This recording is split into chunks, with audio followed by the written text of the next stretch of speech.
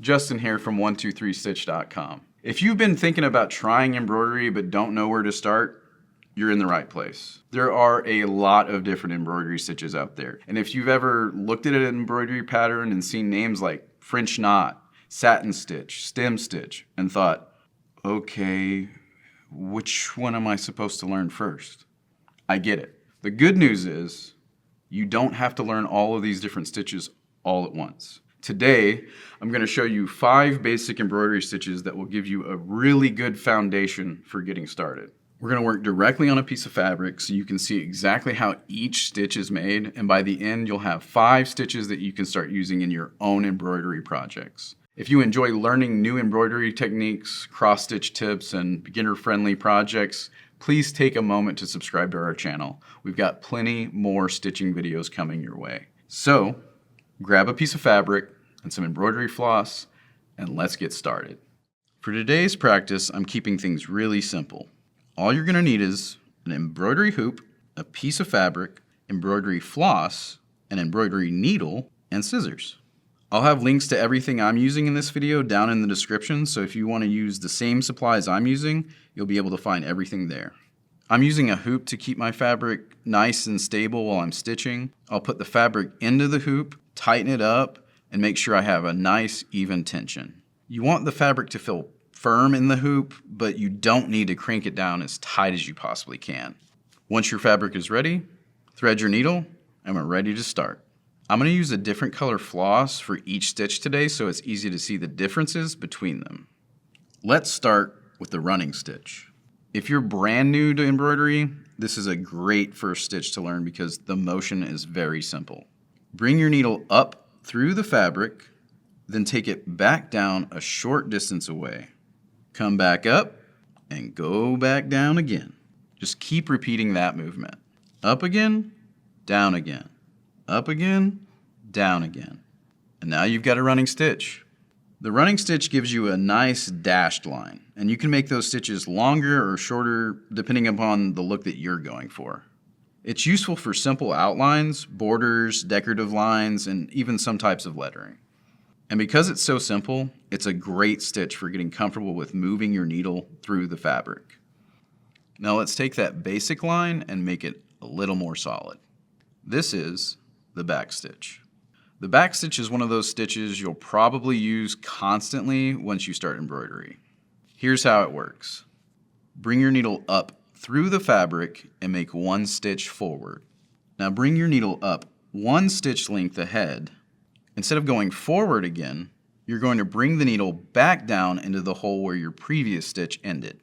Then come up ahead again and go back to the end of the previous stitch. You're basically always stitching backward, and the result is a continuous line without the gaps that you would get with a running stitch. That's why the backstitch is so useful for outlining. If you're stitching a flower, a leaf, a word, or pretty much anything that needs a clean outline, the backstitch is a great choice. Next, let's make our line just a tad more decorative. This is the stem stitch. As the name suggests, it's a great stitch for flower stems, vines, and curved lines.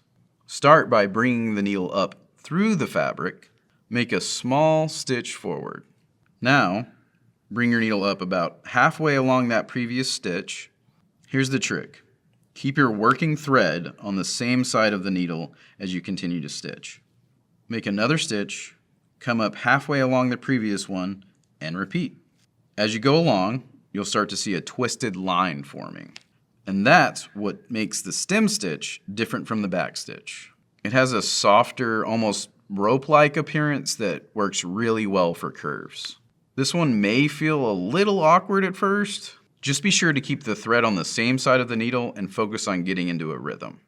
So far, we've mostly been making lines. Now, let's fill something in. This is the satin stitch.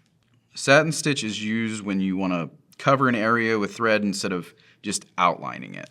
Think flower petals, leaves, lettering, or any other shape that needs to be filled in with color. For this example, I've drawn a small shape on my fabric.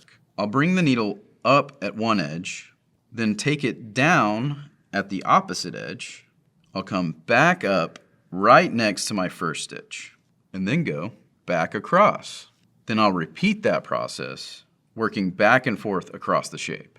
The goal here is to get the stitches close enough together that the fabric underneath isn't showing through.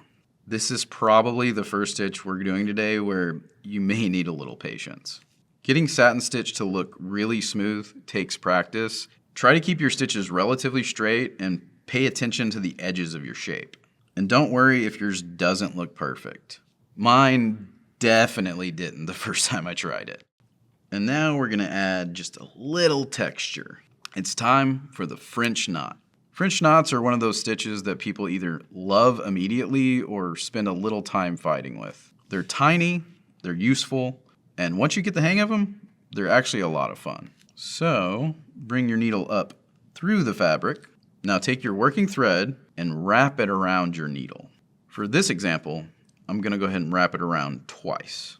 Keep a little tension on the thread with your fingers. Now, put the needle back down very close to where it came up. As you pull the needle through, keep holding onto that thread. And there it is, a little French knot, perfect for small details.